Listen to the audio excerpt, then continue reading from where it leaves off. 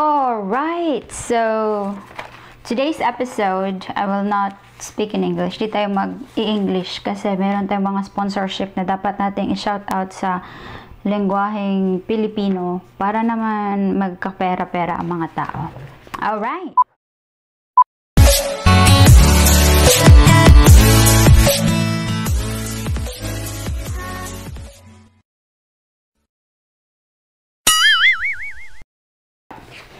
So, unang shoutout po sa lahat ay ang ating kaibigan po, si Miss Azali Lario.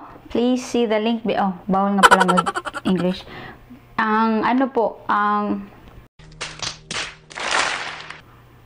Please see the link below.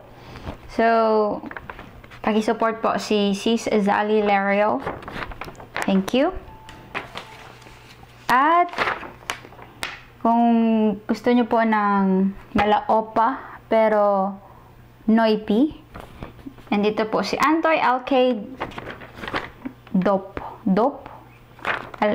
Di ko alam kung paano i-pronounce, but see the link below. Oh yeah, see the link below. Anyway, yes, pay-support po ang ating kaibigan si Antoy. At shout out ng malaki kay Jaya sa kanyang Skin Reborn by Jaya. Yung mga, di naman masyadong kinisan yung mukha ko. Pero pag gusto nyo makinis mukha nyo or yung may mga problem with acne and all, please visit her Facebook page and then contact her para sa kanyang produkto na Skin Reborn by Jaya. And of course, ang pa-sponsor sa ating episode na to, walang iba kundi ang Lydia's Cafe. Maraming salamat. Napapasalamat po ko sa aking sarili sa pag-sponsor din po sa aking sarili. Please visit Lydia's Cafe. Ito po ang online cafe and hopefully meron po tayong physical cafe in the future, far future or near future. I don't know, but I hope to see you all there. But for now, let's enjoy the online world with Lydia's Cafe. They are serving coffees. They are native coffee. We have Liberica, Excelsa, and we have Robusta. Tama po ba yun? Yes. Please visit the link and then they have the prices there. And since they are our sponsor, Lydia's Cafe, again, shout out, paki-visit po ang Facebook page niya, tsaka paki-like and then leave a comment there, #nobudgetshow. Alright?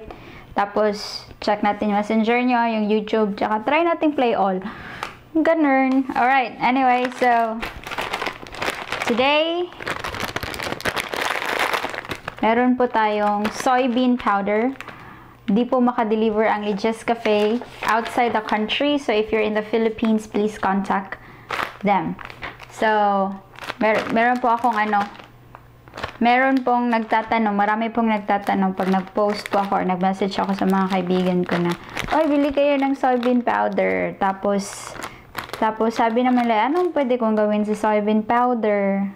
Anong gawin nyo sa soybean powder? Alright. First things first, soybean powder is used in many things. Marami po itong pinagagamitan. At nadiskubre ko po na marami po pala talaga siyang gamit dito sa Japan. Kasi, yung mga tao dito, yung mga bata dito, gustong-gusto to. Tapos, nung bumili ako nito, this is 120 grams na na soybean powder. At ang price niya is 50 pesos or more. Medyo mahal. At saka nakita nyo dito, ayan. Paano ba natin to? Focus ba natin? Ayan. Ayan. Pag nakita nyo, meron siyang pwedeng paggagamitan. Ito yung sa mochi or yung mochi is a sticky rice flour. Tapos, i-roll yun nyo dyan. Tapos, pwede rin siyang gawin sa onigiri. Tapos, gawin tinapay. At saka, ihalo sa gatas. Kasi para talaga siyang yung para bang chocolate powder lang. Yung chocolate powder natin. Yun eh. So ngayon, hindi ko to i-follow kasi meron akong mga paboritong pagkain or mga paboritong luto gamit ang soybean powder na i-share ko sa inyo. At para naman, pag bumili kayo, if ever lang, bumili kayo sa Lydia's Cafe, Shout out ulit sa Lydia's Cafe ng soybean powder, or di lang naman soybean powder, pati din coffee, ay pwede nyo tong gawin sa inyong mga bahay-bahay.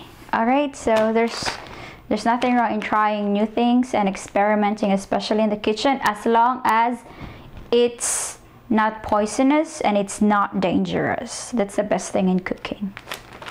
Alright, anyways, let's start.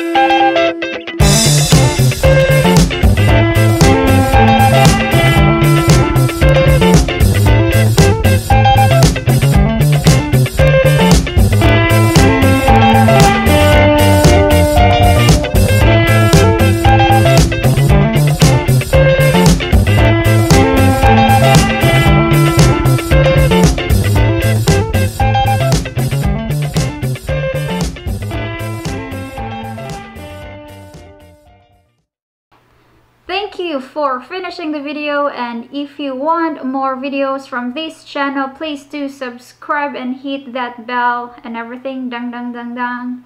And if you're not yet part of the small fam that I'm trying to make, join the button. Yes, and videos, but other interesting videos over there. Thank you so much, and see you to our next video.